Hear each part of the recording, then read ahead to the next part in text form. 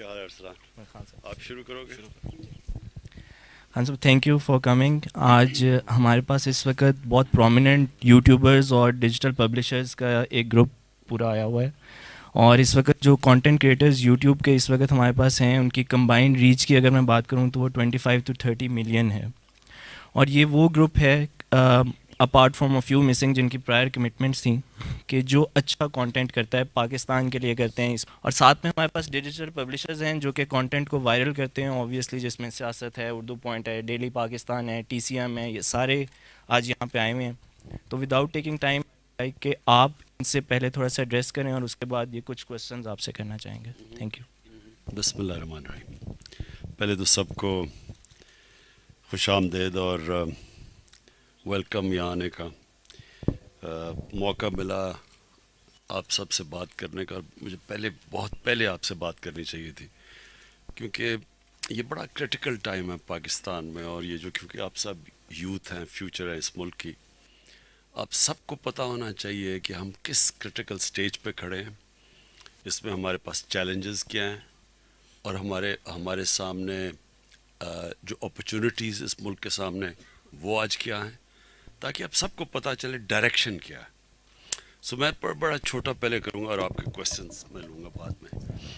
دیکھیں، جو سب سے امپورٹنٹ چیز سمجھنے کی ہے کہ پاکستان ایک پرابلی اپنی تاریخ کا جو سب سے بڑا فائنینشیل کرائسس تھا اس سے نکل رہا ہے. یہ جب تک آپ کو اس چیز کی سمجھ نہیں ہوگی تو آپ ڈے ٹو ڈے جب ہوگا جی یہ فلانی چیز مہنگی ہو گئی، یہ ہو گیا، وہ ہو گیا، آپ اس کو سمجھ نہیں سکیں گے. جو کرنٹ جو اس وقت سارا جو ہمارا ملک جو چیلنجز فیس کر رہا ہے، اس کی جو اوریجن ہے وہ پیچھے ہے کہ پاکستان کس سٹیج پہ اس گورنمنٹ نے سنبھالا تھا. آج ارسلان، میں نے آپ کو فارورڈ کیا ہوا آرٹیکل مہاتر محمد کا، وہ ضرور ان سب کو وائرل کریں. یہ بڑا امپورٹنٹ ہے آپ کے لیے آج آرٹیکل پڑھنا. مہاتر محمد نے ایک آرٹیکل لکھا ہے جو میں نے ارسلان کو کہا کہ وائرل کرے. یہ اس لیے امپورٹنٹ ہے کیونکہ مہاتر محمد کو وہ ملیشیا ملا تھا جو آلموسٹ آئیڈینٹیکل سچویشن تھا جو ہمیں ملا تھا پاکستان. تو اس نے جو آرٹیکل لکھا ہے کہ کیا چیلنجز ملیشیا فیس کر رہا ہے، وہ آپ پڑھیں گے تو آپ کو لگے گا کہ وہ پاکستان کی بات کر رہا ہے. فرق صرف یہ ہے کہ ملیشیا کا اتنا بڑا کرائسس نہیں تھا جو ہمارا کرائسس ہے.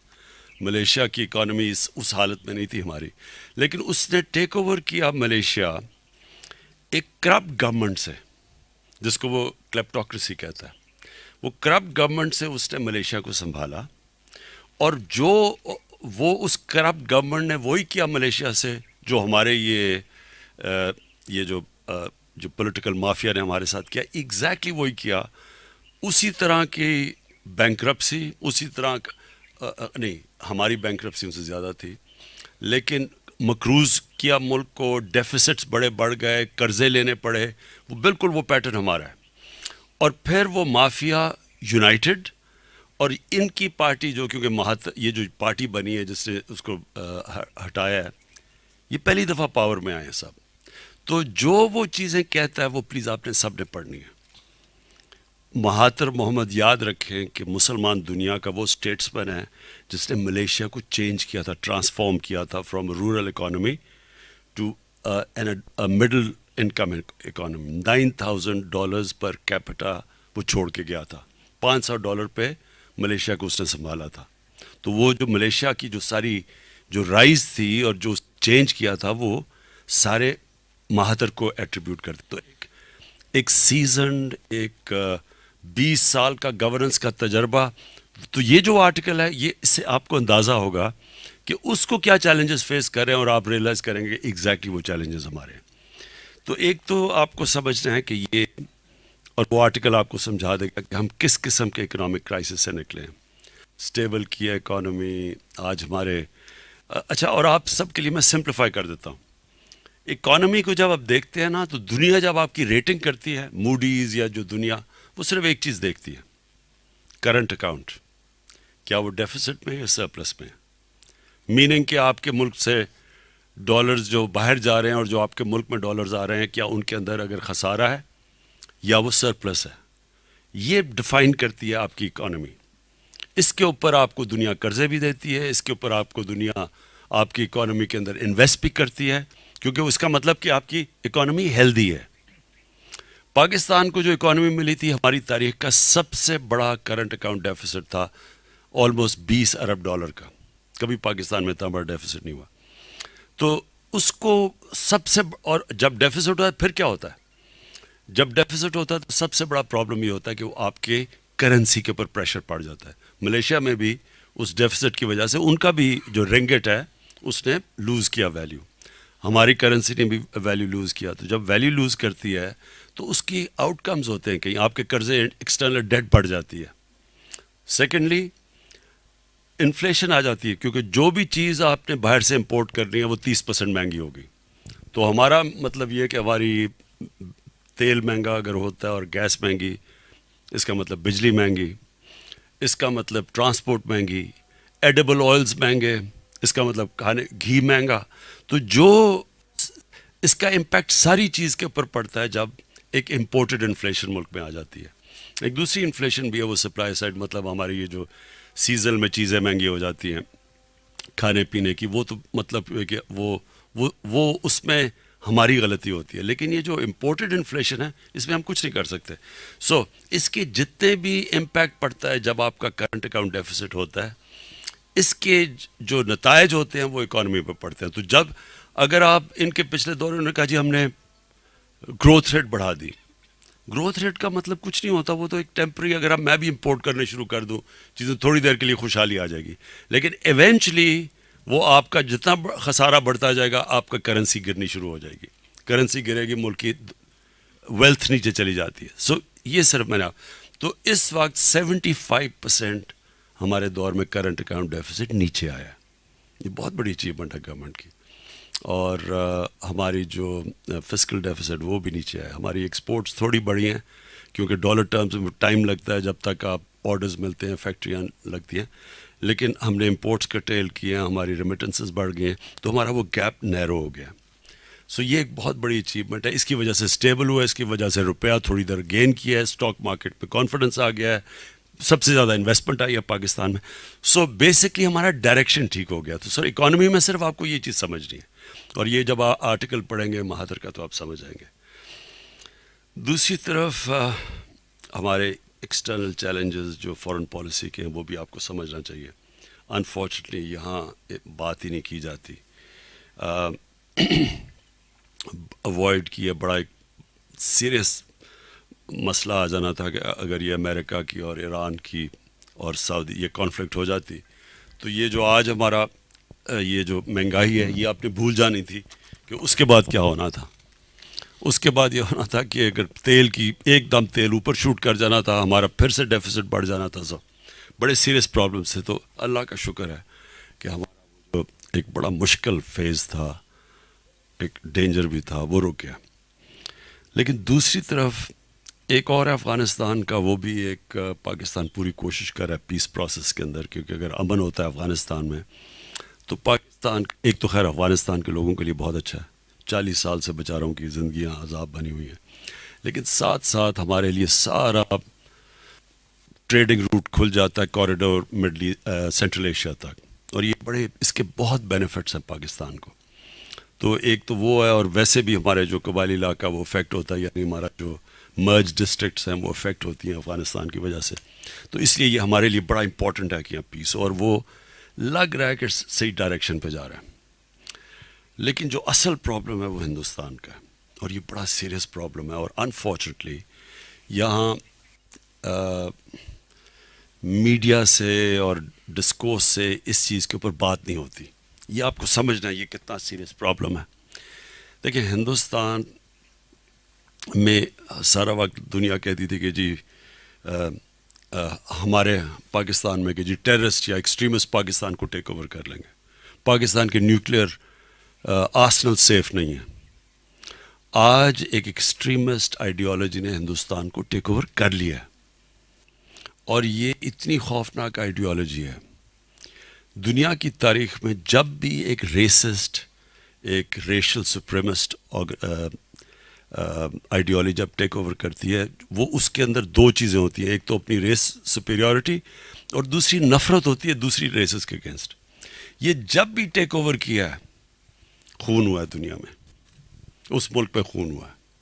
یہ ہو ہی نہیں سکتا کہ آپ ایک لوگوں کو اٹھا دیں پکڑ کے ایک ریشل ایجنڈا کے اوپر اور پھر ساتھ ساتھ نفرت کسی اور ریس کی, اور یہ ہو ہی نہیں سکتا کہ یہ پھر آرام سے یہ سیٹل ہو جاتا ہے. کیونکہ یہ ایک ایسی چیز ہے یہ جو جب بھی شروع ہوئی ہے, اس میں جو یہ اس کو جو یہ آئیڈیالوجی کو اٹھاتا ہے اس کا سب سے بڑا مسئلہ یہ ہوتا ہے کہ وہ پھر پیچھے نہیں ہٹ سکتا. وہ فریز ہوتا ہے رائڈنگ دا ٹائیگر, کہ وہ جیسی ٹائیگر سے اترو گے وہ کھا جائے گا. یہ پیچھے یہاں سے ہٹتے ہیں, یہ نریندر مودی یہاں سے پیچھے ہٹتا ہے. یہ جو آر ایس ایس کی فنیٹکس ہیں یہ نہیں اس کو چھوڑیں گے, اور یہ پھنس ایسے گیا ہے کہ اب ایک پوری ہندوستان کے اندر اس کے اگینسٹ ایک موومنٹ شروع ہو گئی. شروع تو ہوئی سٹیزن ایکٹ اور وہ جو رجسٹریشن ایکٹ. اور بائی دا وے یہ سمجھنا آپ سب کو چاہیے کہ یہ جب ہٹلر نے بھی جب نازیز کے خلاف یہ شروع کیا تھا, جب ان کے پروگرام شروع ہوئے تھے, اس سے پہلے وہ بھی ایک لے کے آیا تھا رجسٹریشن ایکٹ 1935 میں. اور وہ بگننگ ہوتی ہے, پہلے رجسٹر کر کے ان کو علیحدہ کرتے ہیں اور پھر ان کے اوپر تشدد ہوتا ہے. میانمار میں روہنگاز کے اگینسٹ یہ 1982 میں بھی رجسٹریشن ایکٹ آیا تھا. اس کے بعد ان کی باری آئی تھی جو ایتھنک کلینزنگ ہوئی تھی. یہ ایگزیکٹلی وہ پہلے آسام میں انہوں نے شروع کیا ہے, اور یہ وہ ایکٹ ہے جو ایونچولی اچھا پھر یہ کیوں انہوں نے ساتھ اس کے سٹیزن ایکٹ لے آئے ہیں رجسٹریشن کے بعد, کیونکہ انہوں نے جب وہاں رجسٹریشن شروع کی آسام میں تو اس میں سے 40% ہندو تھے. تو انہوں نے اس کو کور وہاں شور مچ کیا کہ وہ ہندو بھی ڈی رجسٹر ہو سکتے تھے. تو اس کے بعد یہ دوسرا ایکٹ لیا ہے سٹیزن ایکٹ کے, اور اس میں یہ ہے کہ اگر کوئی بھی نیبرنگ کنٹری سے ریفیوج ہندوستان میں لانا چاہتا ہے اس کو اجازت ہے سوائے مسلمانوں کے. سو انہوں نے آئسولیٹ کیا مسلمانوں کو.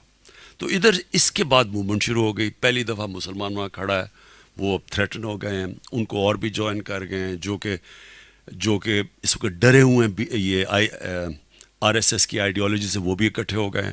تو انڈیا کے اندر ایک بہت ایک وہ سچویشن ہمارے لیے ڈینجرس ایسے ہے کہ اس میں سے نکلنے کے ان کی جو پلان ہوگا وہ ہوگا کہ پاکستان کے اوپر کوئی پلوامہ ٹائپ کے بعد جو انہوں نے حملہ کیا تھا یہ کچھ کریں گے آزاد کشمیر میں. انہوں نے کہہ بھی دیا ان کے نیا آرمی چیف نے کہ اگر کانگریس ریزولوشن پاس کر دے تو ہم آزاد کشمیر کو بھی لے لیں گے. وہ کریں گے اس لیے کہ وہ وہاں سے اٹینشن ڈائیورٹ کریں گے. جب بھی اب یہ جو حالات ہیں, یہ اب جو پروٹیسٹ شروع ہو گئے ہندوستان میں, اوپر سے ان کی اکانومی نیچے ٹینک کر رہی ہے, اس سے ڈائیورٹ کرنے کے لیے ہمارے یہ آپ کو سب کو سمجھنا چاہیے کہ یہ ایک جینون تھریٹ ہے. یہ جو ان کے آرمی چیف نے جو فیصلہ کیا ہے یہ ایک سیریس چیز ہے, کیونکہ یہ کر سکتے ہیں. اور اس لیے ہماری پوری نیشنل سیکیورٹی کی جو ہماری میٹنگ ہے, ہم سب تیار ہیں اس کے لیے کہ یہ ایک جینون پاکستان کو ایک فیئر ہے کہ یہ کسی ٹائم پہ بھی کچھ ہو سکتا, تو اس لیے ہم پوری تیاری کر رہے ہیں. لاسٹلی جو پاکستان کی آپ سب کے لیے جو ہماری فیوچر کا جو ڈائریکشن ہے کہ ہم کیسے اپنے ملک کو اٹھانا ہے, کون سی چیزیں جو ڈرائیو کریں گی پاکستان کی گروتھ. نمبر 1, یہ پہلی دفعہ پاکستان 60s کے بعد انڈسٹریلائزیشن کی پالیسی کی طرف گیا. ہم 60s کے اندر آپ کو پتہ ہی نہیں پتہ ہوگا سب سے تیزی سے انڈسٹریلائز کر رہے تھے. پاکستان کی جو گروتھ ریٹ تھی اور جو پاکستان کا جو ماڈل تھا وہ یہ ارد گرد کے ملک آ کے پاکستان کا ماڈل ساؤتھ کوریا اور ملیشیا ہمارے سے سیکھتے تھے. ہم فاسٹسٹ گروئنگ اکانومی تھی کیونکہ پہلی دفعہ پہلی ایک گورنمنٹ نے ایک پوری پلاننگ کر کے ملک کو انڈسٹریلائز کیا تھا. وہ اس کے بعد یہ اب سیکنڈ گورنمنٹ آئی ہے جس نے انڈسٹریلائزیشن کو اپنی مین پلانک بنایا اپنی پالیسی کا, اکنامک پالیسی کا. وجہ اس کی یہ ہے کہ صرف ایک ملک اگر ہمارے پاس یوتھ بلج ہے, ہم نے اگر ان کو نوکریاں دینی ہیں تو وہ صرف انڈسٹریلائزیشن سے آئیں گی. ہم اس کے علاوہ اتنے بڑے پاپولیشن کو جابس نہیں دے سکتے. اور پھر ویلتھ کریشن کے لیے آپ کو انڈسٹریلائزیشن کرنی پڑے گی جو ملیشیا نے 80s میں شروع کی تھی. سیکنڈلی جو بہت بڑا انٹیپ پوٹینشیل ہے جو لوگ اب تک کسی نے توجہ نہیں دی وہ ٹورزم. پاکستان کے اندر اتنی ڈائیورس قسم کی ٹورزم کے لیے جگہ ہیں اور یہ بالکل ایک انٹیپ پوٹینشیل تھا, نہ کسی نے اس کے اوپر توجہ دی. ہماری ویزا رجیم اتنی تھی کہ وہ ڈسکریج کرتی تھی ٹورزم. تو اس کے اوپر ہم نے یہ گورنمنٹ اب پوری طرح ٹورزم کے اوپر زور لگا رہی ہے. اور ہم نے جو ابھی فگرز دیکھی ہیں کہ انٹرنل ٹورزم ڈبل ہو گئی تھی ایک سال کے اندر. تو یہ بہت بڑا پوٹینشیل ہے. اور اس میں جسٹ آپ کو فگرز اگر دے دوں تو ملیشیا کا ٹورزم کا جو سالانہ ان کو جو ٹورزم سے فائدہ ہوتا ہے وہ $20 بلین ہے. اور ہماری ایکسپورٹس پوری 23 بلین ہے. اور ترکی کا $40 بلین ہے ٹورزم سے. اور جو سوئٹزرلینڈ جو آدھا سائز ہے ہمارے ناردرن ایریاز کا وہ $80 بلین ہے. تو اتنا بڑا پوٹینشیل ہے یہ ٹورزم کا, جو کیونکہ ہمارا جو ناردرن ایریاز ہیں اس جیسی ماؤنٹن ٹریکنگ سینری اسکیئنگ کہیں دنیا میں نہیں ہے. سو سیکنڈ ہمارا ٹورزم کے اوپر تھرسٹ ہے. اور تیسری چیز ہم اب اپنی پوری طرح آئی ٹی کے اوپر زور لگا رہے ہیں, ڈیجیٹلائزیشن کے اوپر. یہ پورا یہ نئی دنیا اس طرف جا رہی ہے تو یہ پہلی دفعہ ایک گورنمنٹ پوری کوشش کر رہی ہے اور اس کے اندر انشاءاللہ بہت بڑا پوٹینشیل ہے. ایک تو ہمارا ینگ پاپولیشن ہے اور اس سے ہم پورا فائدہ اٹھا سکتے ہیں. جو نئی ٹیکنالوجیز آ رہی ہیں اس کے اوپر پورا زور لگا رہے ہیں. اور جو امپورٹنٹ چیز ہے ہم نے اپنی یوتھ کے لیے اسکلز ایجوکیشن کے اوپر اب زور لگا رہے ہیں. قرضے دے رہے ہیں لوگوں کو, نوجوانوں کو اسٹارٹ اپس کے لیے. کبھی پاکستان میں ہم نے میرے خیال میں 50 بلین کے ہمارے اسکالرشپس, کبھی اتنے زیادہ کسی گورنمنٹ نے توجہ نہیں دی اسکالرشپس پہ. تو یہ سارا ہے. اور جو ساتھ پروگرام ہم کر رہے ہیں اس مشکل وقت میں وہ ہمارا احساس پروگرام ہے. احساس پروگرام پہلی دفعہ ایک اسٹیٹ وہ چیزیں کر رہی ہے جو پہلے نہیں. مثلا پناہ گاہ ہیں, آلموسٹ ہمارے 160-70 پناہ گاہ بن چکی ہیں. اور یہ اگر آپ ان کے اندر کبھی جائیں, ضرور میں انکریج کروں گا آپ جائیں, دیکھیں, لوگوں سے بات چیت کریں, تو آپ کو پتہ چلے گا کہ ہمارے لوگوں کے کبھی کسی نے توجہ ہی نہیں دی ان لوگوں کی جو بیچارے ڈیلی ویجرز ہیں, جو بیچارے جو نچلا طبقہ ہے. اور یہ ایکسپینڈ کرتے جا رہے ہیں. لنگر یہ جو یورپ کے اندر جب مشکل وقت آتا سوپ کے جاتے تھے تاکہ لوگ بھوکے نہ ہوں. تو ہم نے یہ پورا اس کے اوپر زور دے رہے ہیں کہ جدھر کچی بستی ہیں, غریب علاقے ہیں, ادھر ہم فری لوگوں کو کم از کم کھانا دال روٹی ان کو ملے.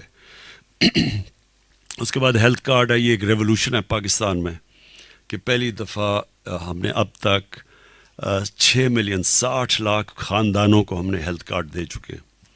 یہ پوری ریولوشن ہے. 7,20,000 روپیہ ایک خاندان کے لیے کہ اگر کوئی بھی بیمار ہوتا ہے کسی بھی ہاسپٹل میں جا کے اپنا علاج کرواتا ہے. کبھی پاکستان میں نہیں تھا. یہ یاد رکھیں کہ یہ جو بیماری ہے یہ ایک چیز ہے جو سب سے زیادہ لوگوں کو غربت کے نیچے دھکیل دیتی ہے.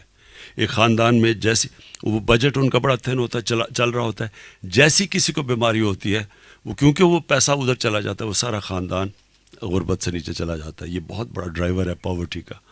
یہ ہمارا جو میرے خیال میں جو سب سے بڑا ہماری گورنمنٹ نے انسانوں کے لیے کام کیا ہے وہ ہیلتھ کارڈ ہے. اس کے علاوہ اب ہم ایک اپنا احساس کارڈ نکالنے لگے ہیں, کفالت, جس سے وہ ڈائریکٹلی وہ غریبوں کے اندر بانٹے جائیں گے, ان کو جو ڈائریکٹ پیسے جائیں گے جو بالکل نچلے ہیں. پھر ہم نے یوٹیلیٹی سٹورز کو اب پیسے دیے ہیں. ان کے اندر کوشش صرف یہ ہے کہ جو تنخواہ دار طبقے ہیں جو آج کل کی مہنگائی میں ان کے لیے مشکل ہے وہ جا کے سستی جو بیسک چیزیں ہیں دال, چاول, آٹا, گھی, چینی, یہ ادھر جا کے سٹور سے لے لیں. اس کو یہ پروگرام آگے بڑھائیں گے. اور ہمارا جو یہ یوتھ پروگرام یہ قرضوں کا ہے یہ یوتھ امپلائمنٹ کے لیے پوری کوشش ہے. لیکن جو پروگرام لوگوں کو نوکریاں دے گا وہ ہمارے 2 فلیگ شپ ہیں. ایک ٹورزم ہے اور دوسری ہماری جو یہ 50 لاکھ ہم نے افورڈیبل ہاؤسنگ کے اوپر جا رہے ہیں، کیونکہ ہاؤسنگ ایک ایسی چیز ہے انشاءاللہ، کیونکہ اس میں بڑی رکاوٹیں تھیں، لاز ابھی بھی ایک قانون پھنسا ہوا ہے عدالت میں فور کلوجر لاز کا. یہ جیسی جیسی اس میں سے کنسٹرکشن میں رکاوٹیں رکیں گی، یہ جب کنسٹرکشن چلنی شروع ہوتی ہے تو اس سے 40 اور انڈسٹریز ہیں جو کنیکٹڈ ہیں اس سے، تو پورا ملک کے اندر ایک ماحول بن جاتا ہے. یہ ہمارا انشاءاللہ اسی مہینے کے اندر شروع ہو جائے گا کام. سو بیسکلی میں نے آپ کو ڈائریکشن بتا دیا. امپورٹنٹ چیز ہے آپ کے لیے ایک چیز یہ سب کے لیے سمجھنا، اس لیے مہاتر محمد کا آرٹیکل آپ ضرور پڑھیں.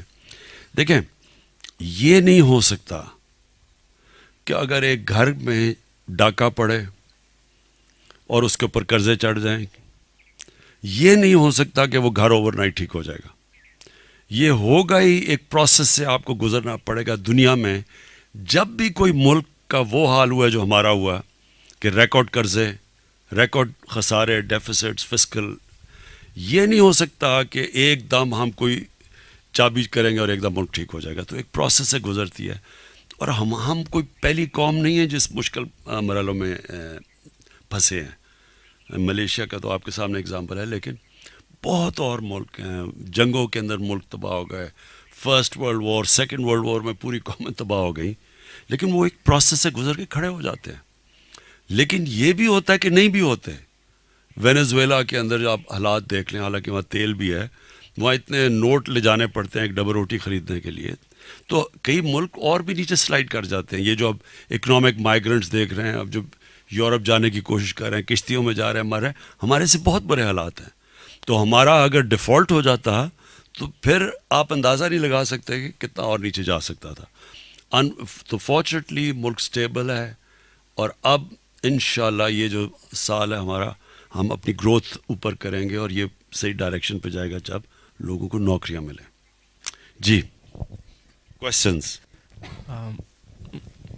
مزمل، آپ سے میں سٹارٹ کروں گا. کائنڈلی اگر مائک ایک مزمل کو دے دیں.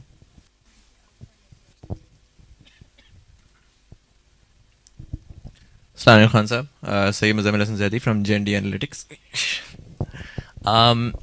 پہلے تو بہت شکریہ کہ آپ نے آج ڈیجیٹل میڈیا کے لوگوں کو پہلی دفعہ بلایا یہاں پر، اسپیشلی ہم کانٹینٹ کریٹرز جو ہیں. کیومولیٹیو ارسلان نے بتایا 25 ملین ریچ ہے رفلی، but nobody has ever taken us seriously before.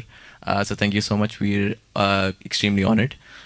اسی کے ساتھ ساتھ میں ارسلان کا بھی شکریہ ادا کروں گا. پچھلے ایک سال سے وہ کافی اگریسولی کام کر رہے ہیں کمیونٹی بلڈنگ کے اندر، اور پرٹیکولرلی ہمیں جو پالیسی میکنگ کے اندر جو انہوں نے انٹیگریٹ کیا ہے.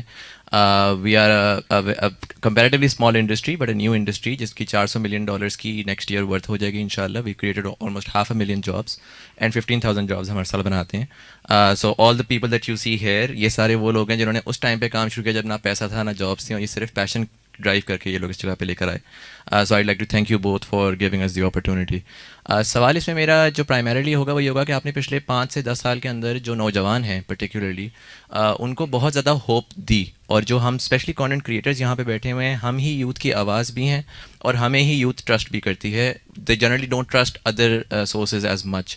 ہمیں یہ بہت زیادہ اس پوائنٹ کے اوپر کانورزیشن سننے کو مل رہی ہیں کہ they seem hopeless and direction لیس.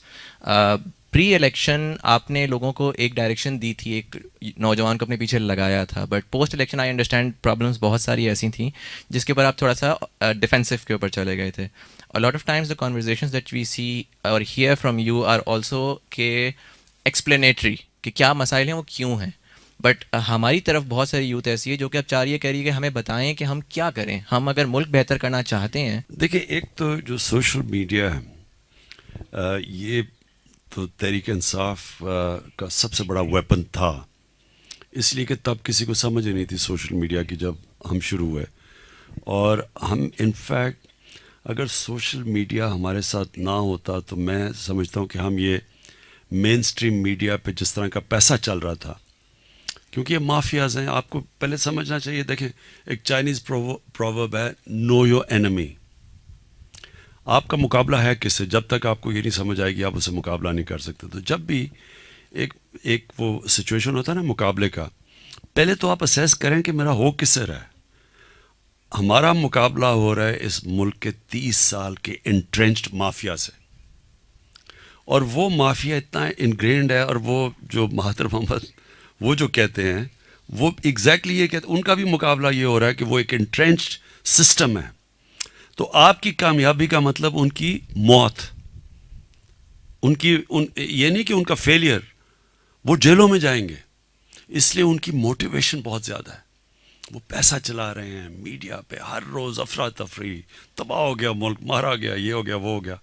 تو ہمارا پہلا تو سال اتنا مشکل تھا کیونکہ پاکستان کو بچانا تھا ڈیفالٹ سے.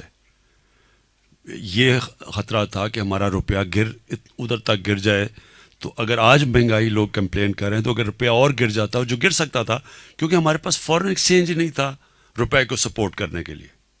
سو وہ بڑا مشکل ہمارے لیے ٹائم تھا پہلا سال. تو فرینکلی میرے پاس تو ٹائم ہی نہیں تھا. نارملی تو میں خود نیریٹو سیٹنگ کرتا تھا اپنی پارٹی کی کہ کیا ہم نے کس طرح اس مافیا کا مقابلہ، کیونکہ میں نے تو اس مقابلے کا 22 سال مقابلہ کیا، تو میں تو جانتا ہوں ان کو. میں تو آئی نو دی اینمی. تو باقیوں کو تو نہیں پتا تھا. وہ پارلیمنٹ کھیل رہے تھے یا وہ سمجھ رہے تھے کہ نارمل ڈیموکریسی ہو رہی ہے.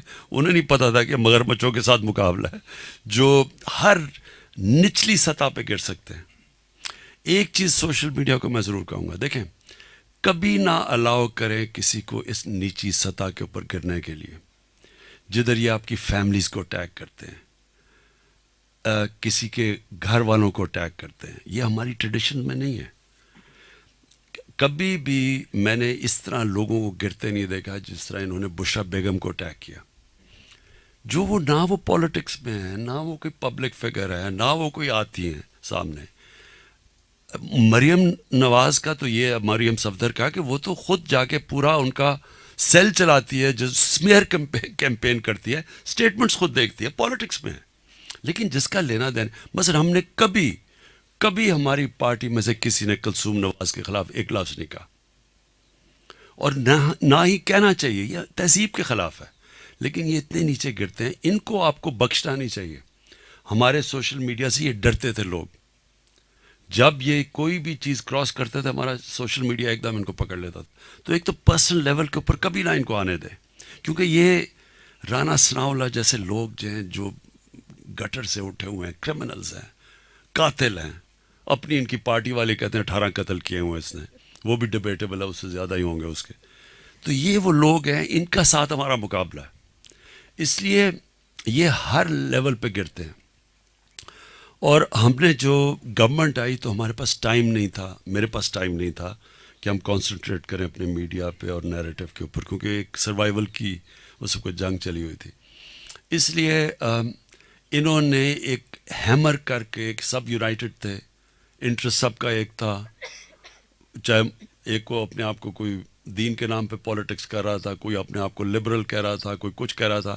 ہمارے خلاف سب جب ایک تھے، جو آپ نے کنٹینر پہ دیکھ لیا تھا سب کو. ان میں کامن چیز یہ تھی کہ یہ سارے ڈرے ہوئے ہیں جیل جانے سے. ان کی کامن چیز یہ ہے کہ ان کو سب کو پتہ ہے کہ جس طرح ٹائم گزرتا جا رہا ہے، ہمیں ان کی چوریاں پتہ چلتی جا رہی ہیں کہ انہوں نے کتنا پیسہ اس ملک کا چوری کیا. اور اس کے ڈر سے یہ جلدی پہلے دن سے یہ ان کی کوشش رہتی کہ کس طرح گورنمنٹ چلی جائے. اور گورنمنٹ اس لیے نہیں جائے گی کہ ان کے کوئی لافٹی آئیڈیاز ہیں، اس لیے جائے گی کہ پکڑے نہ جائے. اس لیے یہ جو آپ ڈیفینسو کی بات کریں نا، ہم نے بڑا لیٹ ہم نے رسپونڈ کرنا شروع کیا ان کو. کیونکہ شروع میں تو ہم سارے 12 گھنٹے 8 گھنٹے تو کام کر رہے تھے، بلکہ میں نے تو کوئی چھٹی نہیں لی. پہلا 1 سال تو سارا وقت ہم کام کر رہے تھے، کہ ایک فائر فائٹنگ کر رہے تھے. تو اس لیے یہ جو آپ کو کہتے ہیں نا ایکسپلینیشنز، وہ اس لیے دینی پڑی. لیکن ہم اپنا پورا ایک روڈ میپ لے کے آ رہے ہیں یہ، اور اسی مہینے میں، جس میں ہم باقاعدہ لوگوں کو بتائیں گے کہ ہم کس ٹائم پہ کیا کیا ہمارے اب انیشیٹیوز کھلنے لگے ہیں، کیا ہم کرنے جا رہے ہیں.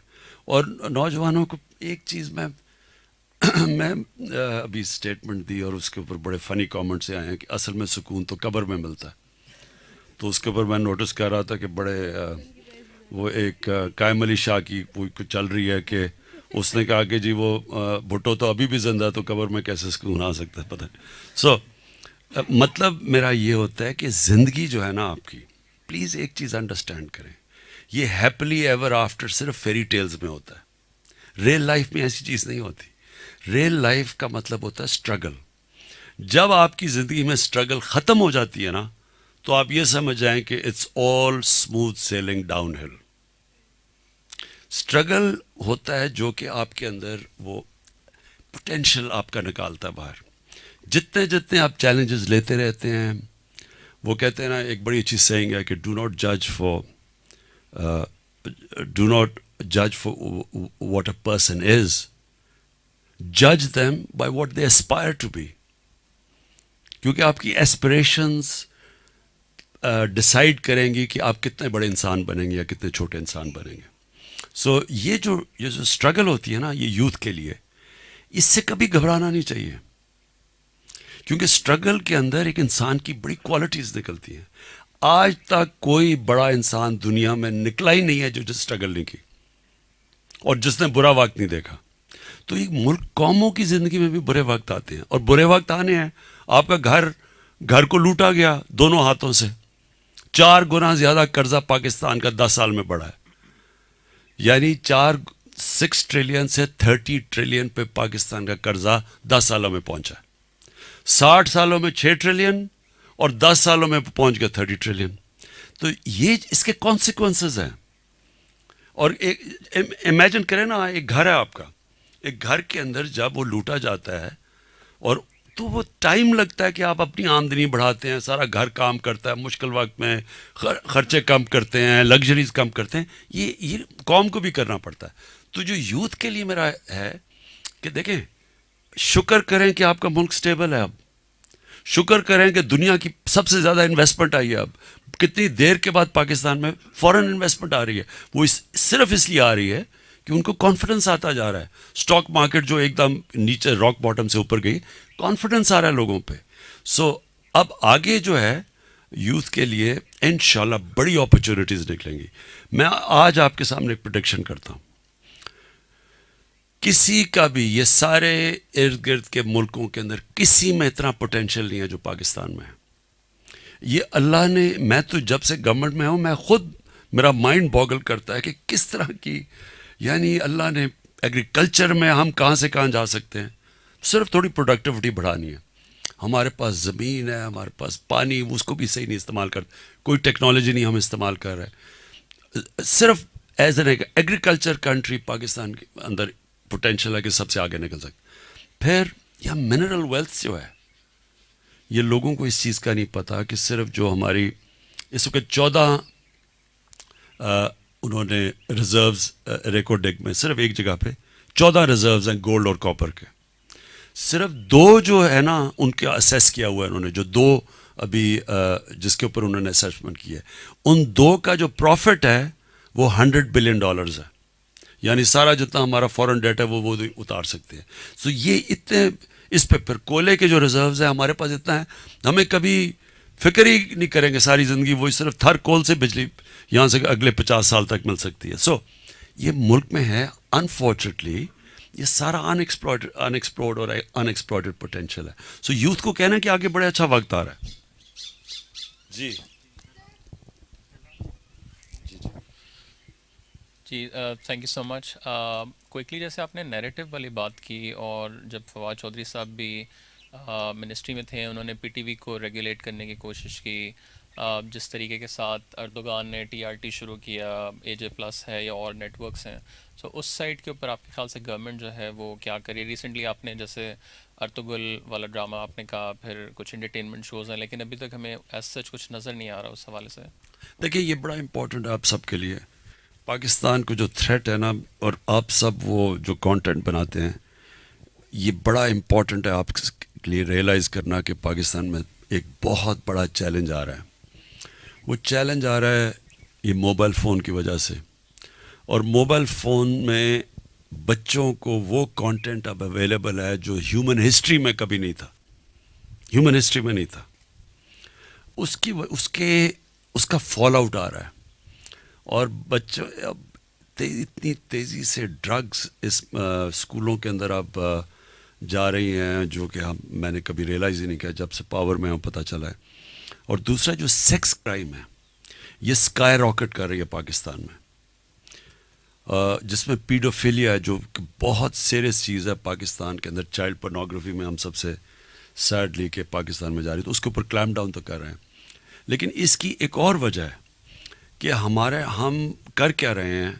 ہم ایک کانٹینٹ لیتے ہیں جو کہ پہلے آتا ہے ہالی ووڈ سے, پھر بالی ووڈ میں, پھر پاکستان میں. ایک وہ کانٹینٹ آ رہا ہے اس ملک کے اندر جو لوگ ریئلائز ہی نہیں کرتے, کیونکہ وہ ویسٹرن سویلائزیشن کو نہیں سمجھتے. ان کو یہی نہیں پتا کہ اس سویلائزیشن کی جو سب سے نقصان پہنچانے والی چیز ہے وہ ہم امپورٹ کر رہے ہیں وایا ہالی ووڈ. اس کے کانسیکوینسز کیا ہیں؟ اس کا سب سے بڑا کانسیکوینس ہے کہ فیملی سسٹم ٹوٹ رہا ہے, طلاقیں بڑھ رہی ہیں. میں جب انگلینڈ میں گیا تھا پہلی دفعہ تو 1 in 14 ڈیورسز تھیں, 14 میں ایک. اب وہاں آلموسٹ 70-80% ڈیورس ہے. فیملی سسٹم ٹوٹ رہا ہے کیونکہ جتنی آپ یہ فحاشی اس کو یہ پرمیسو کلچر کو پروموٹ کرتے ہیں, اس کا ڈائریکٹ امپیکٹ فیملی سسٹم پہ جاتا ہے. اور آپ انڈیا میں جو حال دیکھیں اس کتنا جو نقصان ہندوستان میں پہنچ رہا ہے ان کی جو ایک کلاس کے اندر, تو ایگزیکٹلی وہی کر رہے ہیں. تو اس لیے میں یہ جو ڈرامہ کی بات کر رہا تھا, یہ جو سیریل ٹرکی میں, یہ پہلی دفعہ کسی نے ایفرٹ کی ایک آلٹرنیٹیو کلچر دینے کے لیے لوگوں کو, کہ ایک اور بھی کلچر ہے. یہ جو نانسنس آ رہا ہے اور یہ ڈی جنریٹ ہو گیا, اور اس کے علاوہ ایک اور کلچر ہے جو کہ انہوں نے ایک آلٹرنیٹیو کلچر پروڈیوس کیا ہے. یہ بڑا امپورٹنٹ ہے بیکاز اس کے کانسیکوینسز ہیں. میں آج آپ کو کہہ رہا ہوں کہ لوگ ریئلائز نہیں کرتے, اس کے کانسیکوینسز ڈائریکٹلی فیملی سسٹم پہ ہیں. اور دنیا یہ بتاتی ہے, آج امریکہ کے اندر جب فیملی سسٹم ان کا ٹوٹا ہے تو آپ دیکھیں کہ جن ایتھنک گروپس کی امریکہ میں فیملی سسٹم انٹیکٹ ہے, وہ سارے اکیڈیمکلی سب سے آگے نکل گئے ہیں. اور جن کے فیملی سسٹم ٹوٹتے ہیں وہ پیچھے رہ گئے, اپارٹ فرام ادر تھنگس, اور بھی جو اس کے امپیکٹ ہیں, بٹ وہ اکیڈیمکلی کمپیٹ نہیں کر سکتے. تو اس کے اوپر ہم پوری کوشش کر رہے ہیں. اس کے اوپر ہم نے ترکی نے پریزیڈنٹ اردوغان, مہاتر محمد اور میں نے بیٹھ کے ہم نے سوچا تھا کہ ہم ایک آلٹرنیٹیو دیں اپنی مسلمان دنیا کو, لوگوں کو. پہلے تو ایک اسلاموفوبیا جو اسپریڈ کر رہا ہے اس کے لیے بتائیں کہ ایکچوئل اسلام کیا ہے, اور سیکنڈلی پھر اپنی یوتھ کو ایک آلٹرنیٹیو دیں, کیونکہ یہ اب آپ ڈنڈے سے تو نہیں ختم کر سکتے, یہ ایک آلٹرنیٹیو, ایک سپیریئر نیریٹو سے ختم کر سکتے. جی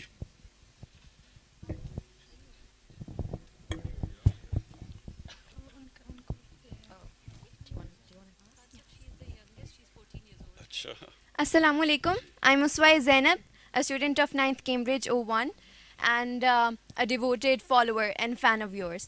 تو یہ ہے میرا سوال کہ آپ اپنی ہر تقریر, ہر خطاب میں یوتھ کو کہتے ہیں کہ ہمیں جاننا چاہیے اور پڑھنا چاہیے, اسٹڈی کرنا چاہیے کہ اسلام کیا ہے, سیرت النبی صلی اللہ علیہ وآلہ وسلم کیا ہے, ریاست مدینہ کیا ہے, ہمارے اسلاف کے طریقے کیا ہیں. تو میرا یہ سوال ہے کہ یوتھ پر اس کا اثر ہوتا ہوا نظر نہیں آتا, کوئی اس کا اثر نہیں لیتا, اور آپ کو نہیں لگتا کہ کوئی ایسا میکینزم ہونا چاہیے جس سے نہ صرف یوتھ کو پتہ چلے کہ یہ ساری چیزیں ہیں کیا, بلکہ کوئی عمل ہوتا ہوا بھی نظر آئے؟ دیکھیں, دو چیزیں. پہلے تو یہ جو مدینہ کی ریاست کا ماڈل ہے, یہ آپ کو سمجھنا چاہیے فنومنا کیا ہے. انفارچونیٹلی کیونکہ یہ مسجد کے اندر باتیں ہوتی رہتی ہیں, لوگ اس کو دین کی طرف لے جاتے ہیں. یہ ایکچولی جو قرآن ہے وہ آپ کی وہ ایک وے آف لائف ہے, اور ساری چیزیں قرآن میں اللہ نے لکھا ہوا ہے آپ کی بہتری کے لیے. جو چیزیں قرآن میں ہیں وہ اگر انسان فالو کرتا ہے اس کی زندگی بہتر ہوتی ہے. تو دو ماڈلز ہیں, ایک ہے مدینہ کی ریاست اور دوسرا ہے نبی صلی اللہ علیہ وسلم کی زندگی. اب یہ دو کیوں قرآن کہتی ہے کہ ان کے ماڈل فالو کرو؟ قرآن کہتی ہے نبی کے ان کی زندگی سے سیکھو, ان کی زندگی سے, اور پھر ان کی سنت سے اس پہ چلو. وہ اس لیے کہ دنیا کی تاریخ میں یہ دونوں سب سے سکسیسفل ماڈلز ہیں.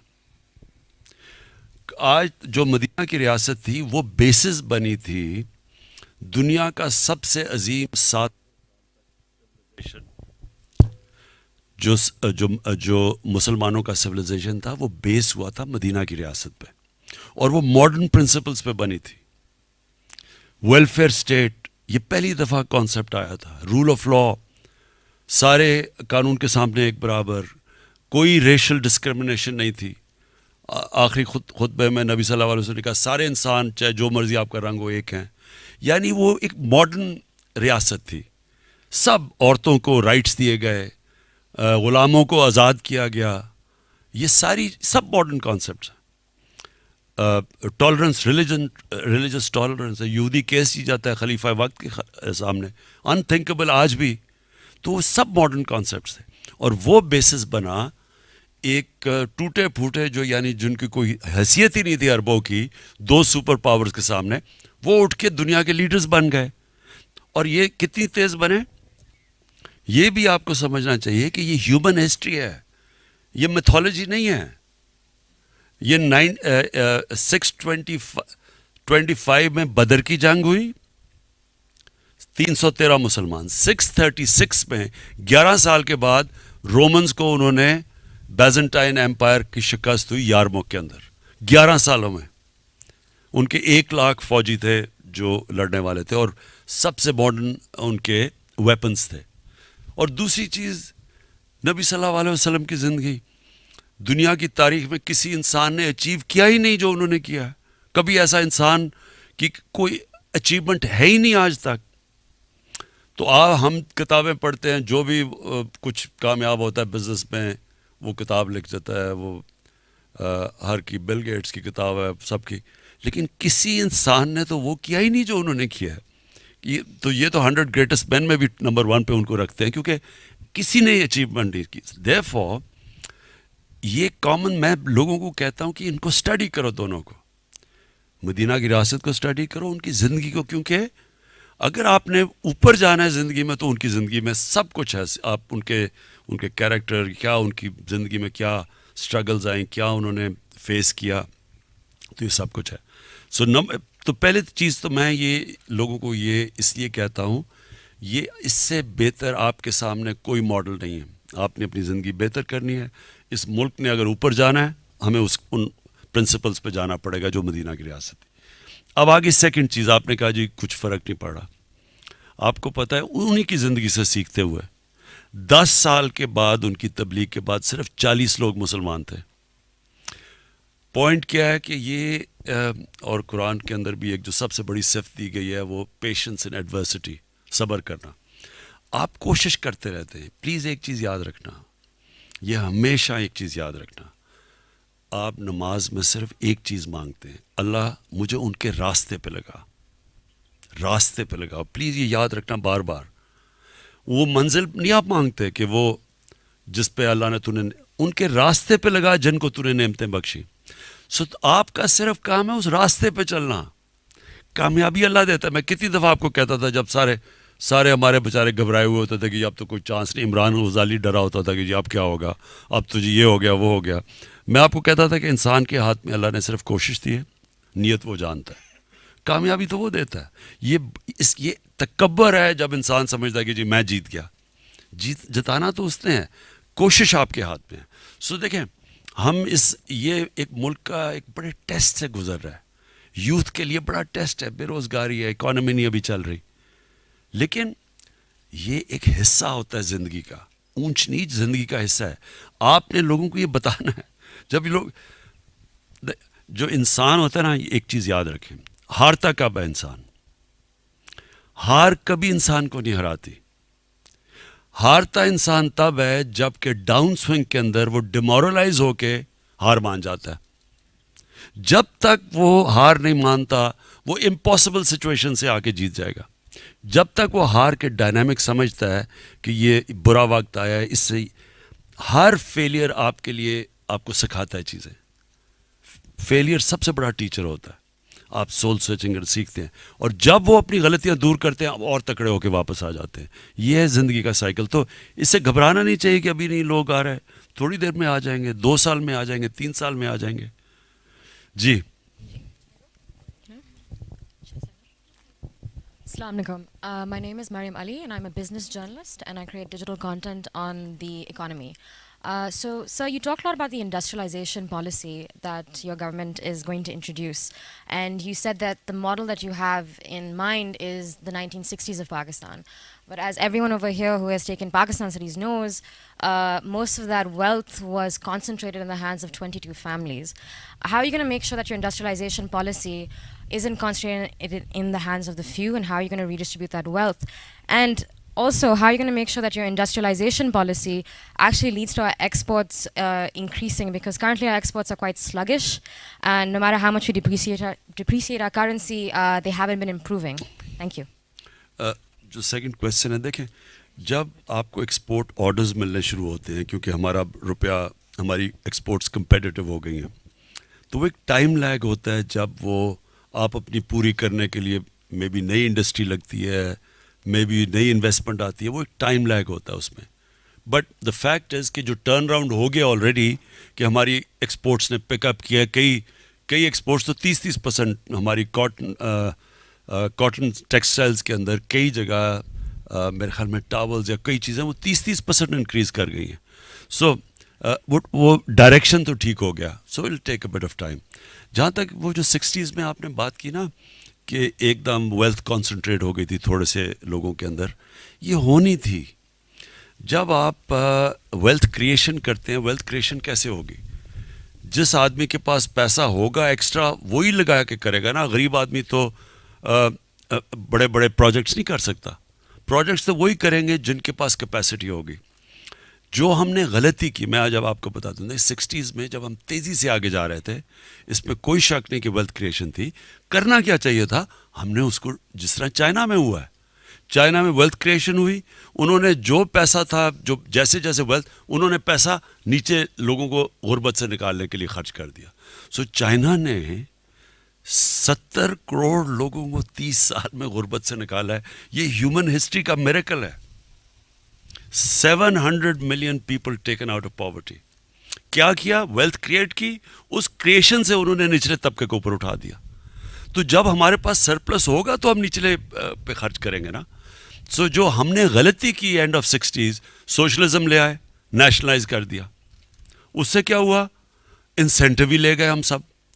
دیکھیں میں نے مثلا ہم نے شوکت خانم میں جب ہم نے اس کو کامیاب کرنا تھا 14 16 گھنٹے دن میں کام کیا. لیکن جو نیشنلائزڈ ہوتی ہے یہ کیوں فیل ہو جاتی ہے؟ کیونکہ وہاں وہ صبح آئے، کام کیا، چلے گئے، چاہے لاس ہو یا کیونکہ ان کو تو سیلری مل رہی ہے. کبھی بھی یہ یاد رکھیں کہ گورنمنٹ کا کمپیٹ کرنا پرائیویٹ سیکٹر سے ہے ہی مشکل، اس لیے کہ جو درد لیتا ہے ایک آدمی، مجھے پتہ ہے میری اگر فیکٹری بند ہو جائے گی میں محنت ہی کروں گا، میں تو پاگلوں کی طرح کام کروں گا. جب مجھے پتہ ہے کہ لاسز ہوتی جائیں، پی آئی کی بھی لاسز ہوتی جائیں، وہ اسٹیل مل بھی بند ہو جائے، مجھے تو پیسے ملتے جا رہے ہیں، میں کیا.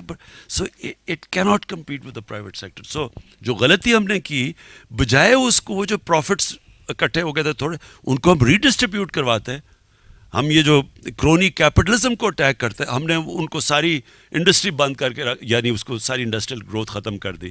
سو ہم جو کریں گے، ہمارا تو پلان ہی ویلتھ کریشن کا یہ ہے کہ جیسے جیسے پیسہ اکانومی میں آئے گا اس کو ڈائیورٹ کریں گے نچلے طبقے کو اوپر لانے کے لیے.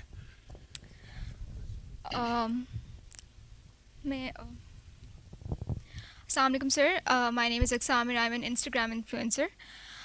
سر جیسے تھوڑی دیر پہلے آپ نے بات کی تھی، ایک تو یہ کہ جب کوئی آپ کو اٹیک کرتا ہے، آپ کی فیملی تک آتا ہے، تو آپ کو چپ نہیں بیٹھنا چاہیے. اس کے بعد آپ نے موبائل فون کی یوزیج کے بارے میں بات کی تھی.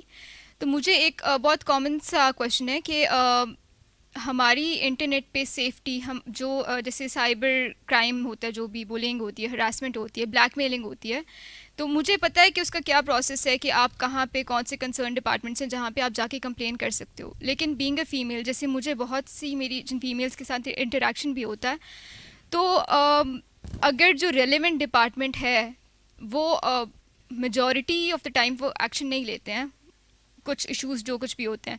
اس کے بعد دوسرا ہمارے پاس جو سٹیزن پورٹل کا آپشن ہے وہ بہت اچھا آپشن ہے، لیکن وہاں پہ بھی اگر کسی چیز میں ڈیلے ہوتا ہے، اور کچھ کیسز ہوتے ہیں جو بہت زیادہ سینسٹیو ہوتے ہیں، اور being a female I can understand, اور شاید آپ کو بھی جنرلی پتہ ہوگا کہ فیمیلس کے لیے اتنا ایزی نہیں ہوتا ہے کہ وہ اوپنلی اس چیز کے بارے میں بات کر سکیں.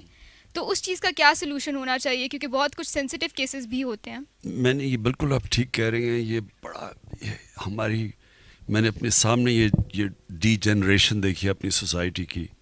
یہ پہلے ایسا نہیں تھا ہمارا ملک. یہاں جب ہم بڑے ہو رہے تھے بڑا رسپیکٹ تھا عورتوں کا. میں جب انگلینڈ گیا پہلی دفعہ میں شوق ہو گیا کہ یہ وہ بالکل وہ جو گورے ہیں وہ رسپیکٹ ہی نہیں کرتے عورتوں کی. ہم تو یہاں بہت بڑا رسپیکٹ تھا یہاں. یہ انفارچونیٹلی یہ جو غلط ٹرینڈز نکلی ہیں اور اس کو ہم نے کلیمپ ڈاؤن کرنا ہے. میں نے یہ اس کو ارسلان کو کہا ہوا ہے کہ FIA کے ساتھ یہ کام کریں اور ہم نے ان کو یہ جو سائبر کرائمز کے اندر جو لوگ لگے ہوئے اس کے اوپر ہم بڑی بری طرح کلیپ ڈاؤن کرنے لگے ہیں. انفارچونیٹلی ابھی تک ہماری گورنمنٹ پیچھے رہ گئی تھی. یہ جو سارا یہ جو سوشل میڈیا یہ اتنی تیزی سے آگے گیا ہے کہ ہماری گورنمنٹ اسے کیچ اپ نہیں کر سکی. لیکن اب ہم ان کو تیاری کروا رہے ہیں, وہ لوگ انلیسٹ کر رہے ہیں, ہائر کر رہے ہیں وہ لوگ جو ڈیل کر سکتے ہیں سائبر کرائم سے.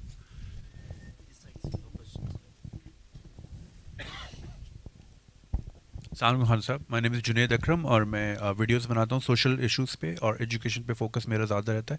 آپ نے انڈسٹریلائزیشن کی بات کی اور ہمیں نئے بزنسز کو پروموٹ کرنا ہے, مگر جہاں بات آتی ہے کہ ہمارے ہاں ملک میں ہم نے ٹرینڈ دیکھا ہے کہ ٹیکنالوجیز پہلے آ جاتی ہے لیکن اس کی ریلیونٹ پالیسیز جو ہیں ان کو آنے میں بہت ٹائم لگتا ہے. فار ایگزامپل جیسے سنگاپور میں اگر آپ نے اسٹارٹ اپ اسٹارٹ کرنا ہے تو 5 گھنٹے میں آپ کی کمپنی بھی اسٹیبلش ہو جاتی ہے, آپ کا بینک اکاؤنٹ بھی بن جاتا ہے.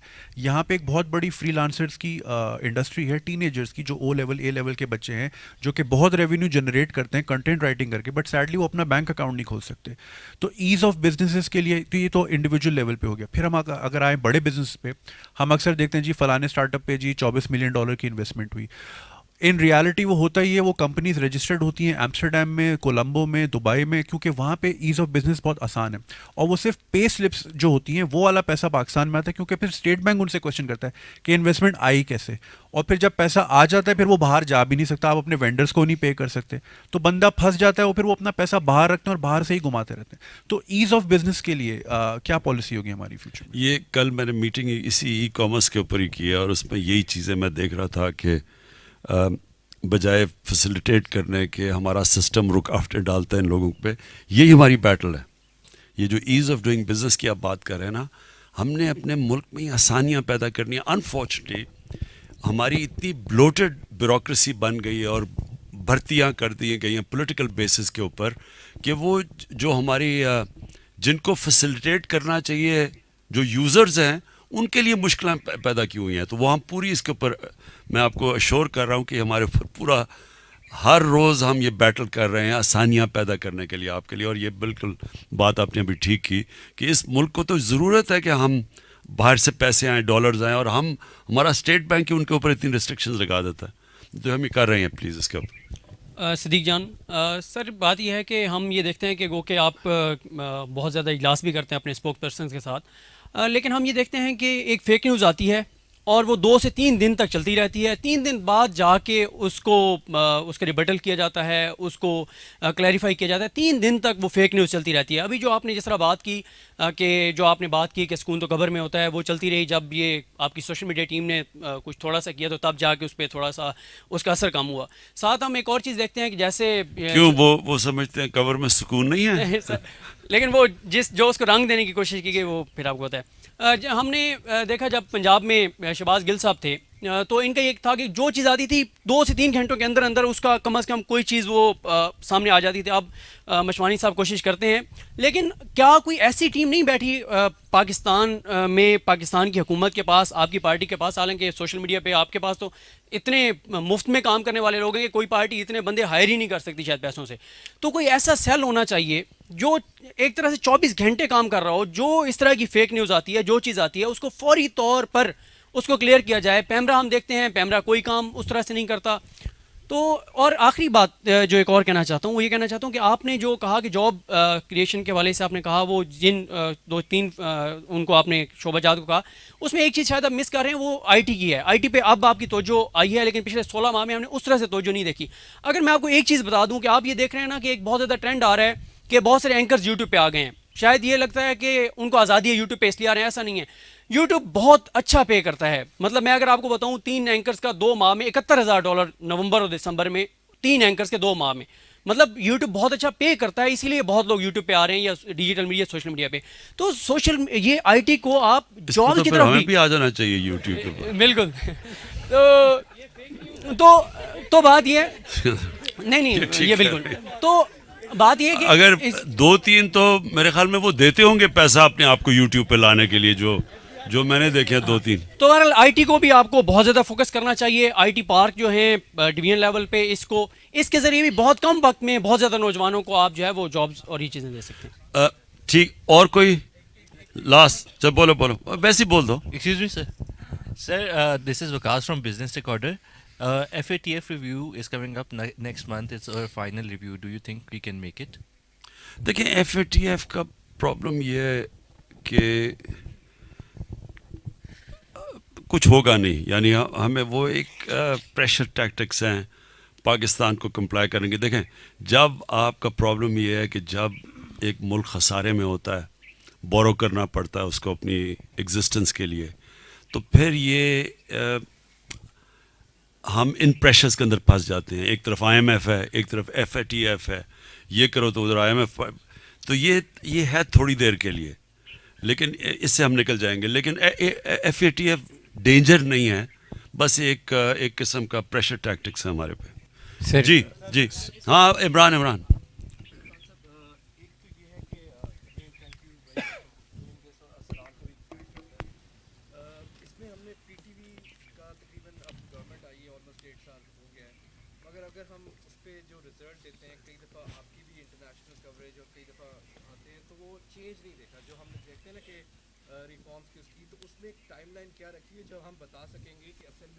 پی ٹی وی, اچھا ایک منٹ, پی ٹی وی دیکھیں سارے جو ادارے ہیں نا بینکرپٹ ہیں. پی ٹی وی کے اوپر اتنا بڑا قرضہ چڑھا ہوا ہے, پتہ نہیں کتنا 20-30 ارب ہے, پتہ نہیں اتنا روپیہ ساروں اداروں پہ ہے. تو اس لیے ہم اس کو ابھی تک, اور اوپر سے اتنے زیادہ انہوں نے بھرتیاں کر دی ہیں پولیٹیکل بیسس پہ, وہ بھرا ہوا ہے ادارہ, اس کو ہم ٹھیک کر رہے ہیں. ابھی تھوڑا ٹائم لگے گا کیونکہ ہمیں تھوڑے پیسے چاہیے اس کی کوالٹی بہتر کرنے کے لیے, لیکن ہم کر رہے ہیں اس کے اوپر. جی لاسٹ. سر میرا نام سلمان ہے, میں پاکستان کے سب سے زیادہ پاپولیٹڈ سٹی اور دنیا کے ٹاپ 10 پاپولیٹڈ سٹی کراچی سے بلانگ کرتا ہوں. کراچی کے جو مسائل ہیں وہ ویری ویل ڈاکیومنٹڈ ہیں, سب جانتے ہیں. کچھ مسائل تو میں سمجھ سکتا ہوں کہ حل کرنے میں بہت زیادہ ٹائم لگے گا اور فوکس مانگتے ہیں, لیکن کچھ مسائل ایسے ہیں جو کہ کیوریبل ہیں, آسانی سے حل کیے جا سکتے ہیں.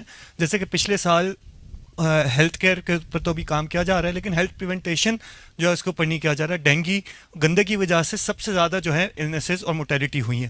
تو اس طریقے کے مسائل ہیں. 30 سال تک میں دیکھتا رہا, اور اس کے بعد اس وجہ سے ایک چینج کو میں نے ووٹ دیا ہے, اور آپ کو ووٹ دیا ہے. 16 مہینے ہو گئے, ماشاءاللہ کافی اچھے انیشیٹیوز بھی ہو رہے ہیں, لیکن وہ جتنے بھی انیشیٹیوز ہیں کراچی کے دروازے پہ آ کے رک جاتے ہیں, وہاں پہ نہیں آ سکتے. تو ان فیوچر اور ابھی میں عرض کرتا ہوں دیکھیں میں اس کا بھی جواب دیتا ہوں, اور آپ سب سے میں اینڈ میں جو میں چاہتا ہوں کہ آپ کریں. دیکھیں کراچی کے یہ جو زیادہ مسئلے ہیں نا پاکستان کے, یہ ایک اوور نائٹ نہیں بنے, یہ ایک سسٹم ڈکے کرتا گیا ہے. ہماری جو بیوروکریسی تھی 60s کے اندر, آپ حیران ہوں گے, سارے ایشیا کی سب سے بہترین بیوروکریسی تھی, کوالٹی کی تھی.